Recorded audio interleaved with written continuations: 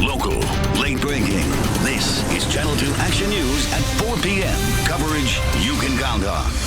Good evening, I'm Stephanie Denardo. A developing story now involving the murder of a 13-year-old boy. Police tell us they're investigating good leads. Someone shot Stephen Galindo during a robbery and attempted carjacking at his home. Channel 2's Tom Jones is at the scene in Clayton County where people continue to drop off flowers and candles.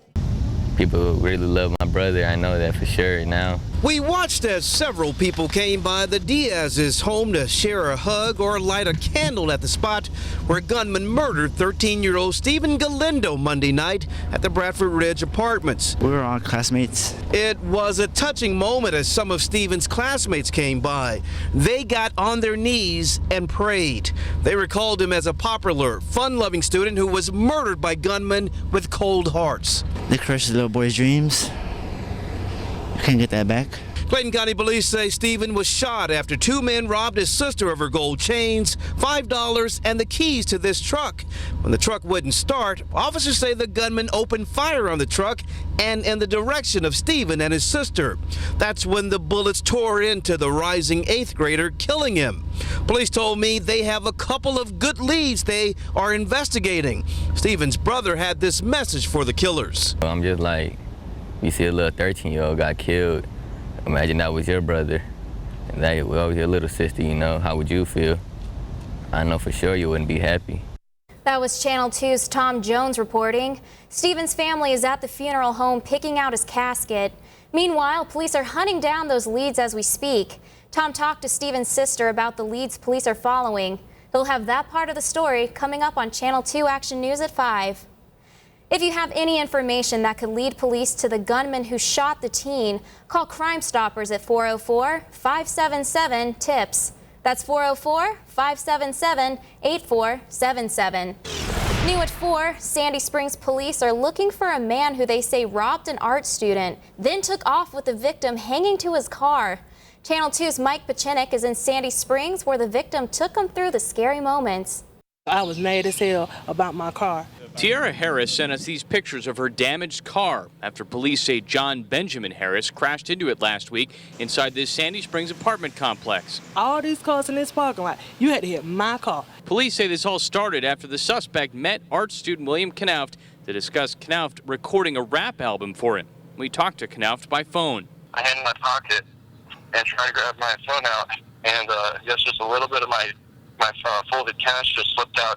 And as soon as he got a glimpse of it, he just stuck his hand in there and grabbed it.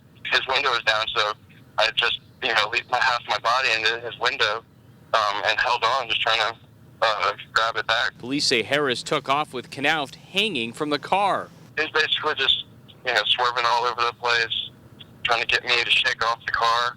And in the process, he crashed into two other cars. That's when I fell off the car and slammed into the ground, and I got really dazed as soon as I hit the ground. Knauft told me he suffered a fractured skull during the incident. Police now have robbery warrants for John Harris's arrest. I had just put a full tank of gas in my car. I want my gas money back. I want you to pay for my car.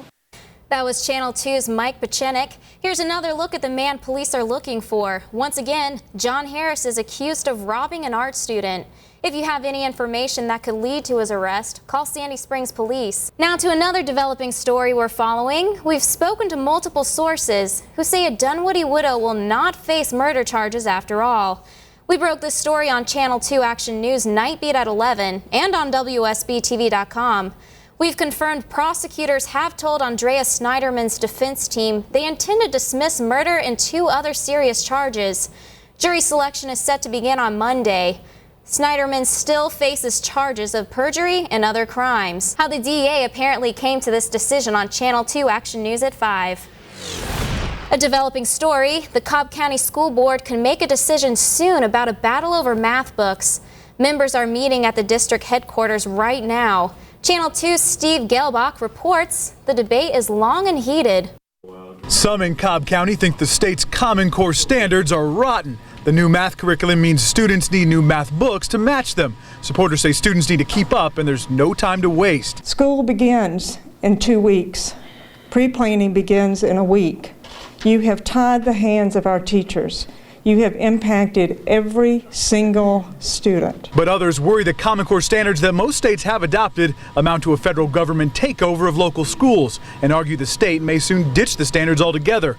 One mom of 2 Cobb County elementary students said her kids' workbooks teaching Common Core math are ridiculous, and she's against a compromise of a scaled-down version of new online and digital textbooks. To even consider spending almost $3 million on materials without a shred of open public discussion or thoroughly vetting them yourselves is truly disgusting. The public comments were about evenly split, both for and against, and this became such a contentious issue after the school district voted against spending the full $7.5 million back in April.